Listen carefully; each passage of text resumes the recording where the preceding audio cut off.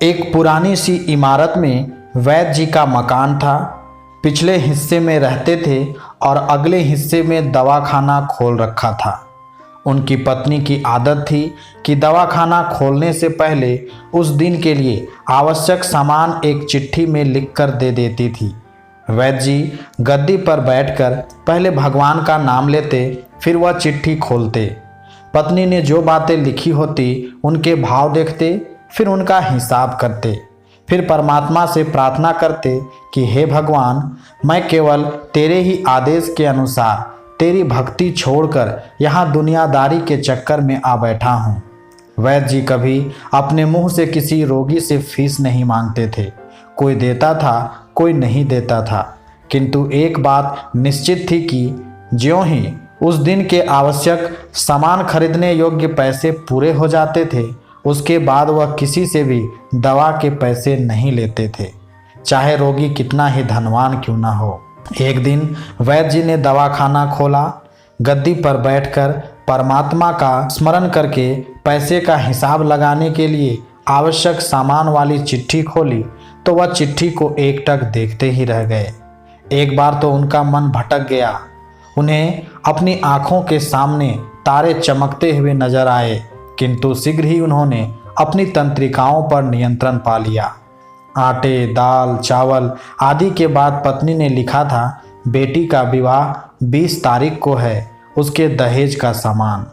कुछ देर सोचते रहे, फिर बाकी चीज़ों की कीमत लिखने के बाद दहेज के सामने लिखा, यह काम परमात्मा का है, परमात्मा जाने।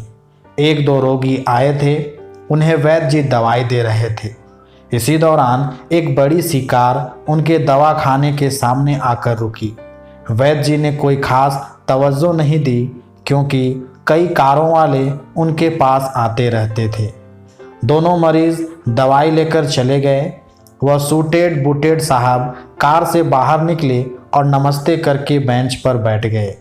वैद्य जी ने कहा कि अगर आपको अपने लिए दवा लेनी है तो इधर स्टूल पर आइए ताकि आपकी नाड़ी देख लूं, और अगर किसी रोगी की दवाई लेकर जाना है तो बीमारी की स्थिति का वर्णन करें। वह साहब कहने लगे, वैद्य जी, आपने मुझे पहचाना नहीं। मेरा नाम कृष्णलाल है, लेकिन आप मुझे पहचान भी कैसे सकते हैं, क्योंकि मैं 15-16 साल बाद आपके दवा खाने पर आया हूँ। आपको पिछली मुलाकात का हाल सुनाता हूँ, फिर आपको सारी बात याद आ जाएगी। जब मैं पहली बार यहाँ आया था तो मैं खुद नहीं आया था, अपितु ईश्वर मुझे आपके पास ले आया था, क्योंकि ईश्वर ने मुझ पर कृपा की थी और वह मेरा घर आबाद करना चाहता था। हुआ इस तरह था कि मैं कार से अपने पैतृक घर जा रहा था। बिल्कुल आपके दवाखाने के सामने हमारी कार पंचर हो गई। ड्राइवर कार का पहिया उतारकर पंचर लगवाने चला गया। आपने देखा कि गर्मी में मैं कार के पास खड़ा था तो आप मेरे पास आए और दवा खाने की ओर इशारा किया और कहा कि इधर आकर कुर्सी पर बैठ जाएं। अंधा क्या चाहे, 2 आंखें और कुर्सी पर आकर बैठ गया। ड्राइवर ने कुछ ज़्यादा ही देर लगा दी थी।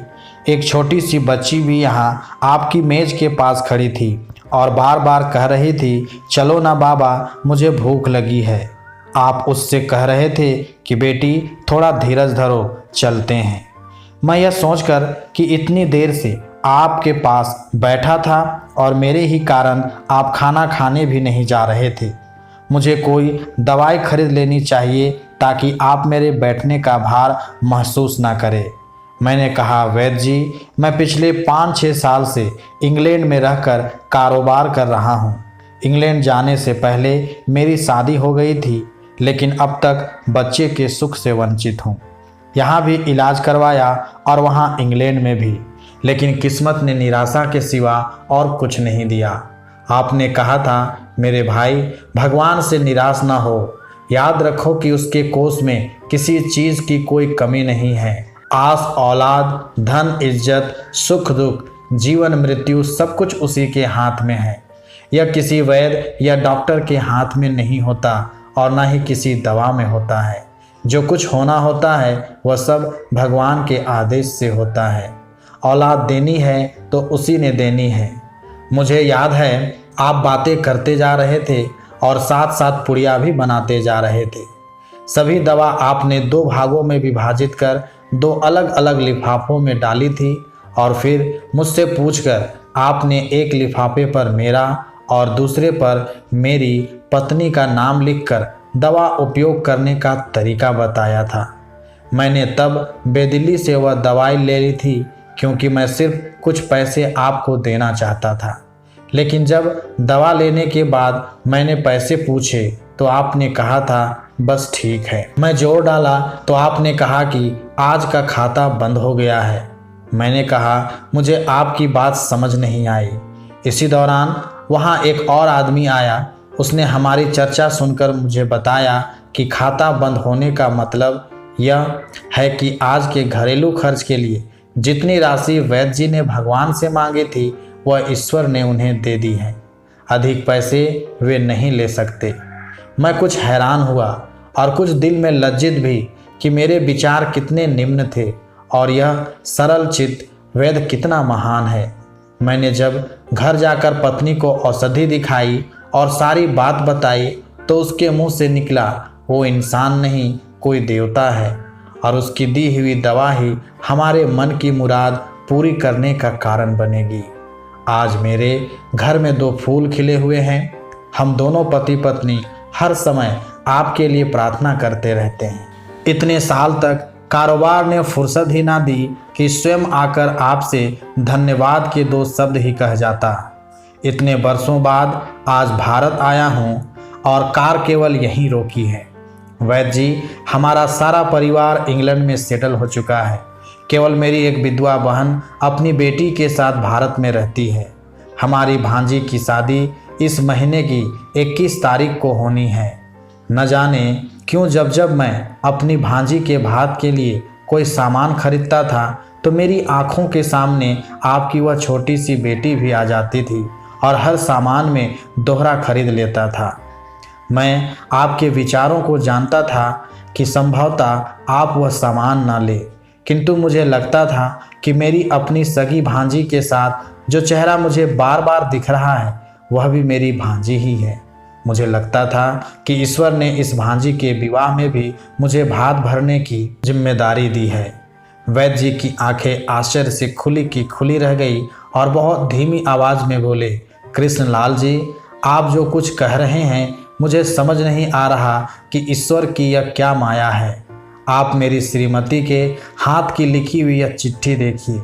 और वैद्य जी ने चिट्ठी खोलकर कृष्णलाल जी को पकड़ा दी। वहाँ उपस्थित सभी यह देखकर हैरान रह गए कि दहेज का सामान के सामने लिखा हुआ था, यह काम परमात्मा का है, परमात्मा जाने। कांपती सी आवाज़ में वैद्य जी बोले, कृष्णलाल जी, विश्वास कीजिए कि आज तक कभी ऐसा नहीं हुआ कि पत्नी ने चिट्ठी पर आवश्यकता लिखी हो और भगवान ने उसी दिन उसकी व्यवस्था ना कर दी हो। आपकी बातें सुनकर तो लगता है कि भगवान को पता होता है कि किस दिन मेरी श्रीमती क्या लिखने वाली है, अन्यथा आपसे इतने दिन पहले ही सामान खरीदना आरंभ न करवा दिया होता परमात्मा ने। वाह भगवान, वाह, तू महान है, तू दयावान है। मैं हैरान हूँ कि वह कैसे अपने रंग दिखाता है। वैद्य जी ने आगे कहा, एक ही पाठ पढ़ा है कि सुबह परमात्मा का आभार करो, शाम को अच्छा दिन गुजरने का आभार करो, खाते समय उसका आभार करो, सोते समय उसका आभार करो। जय श्री राम।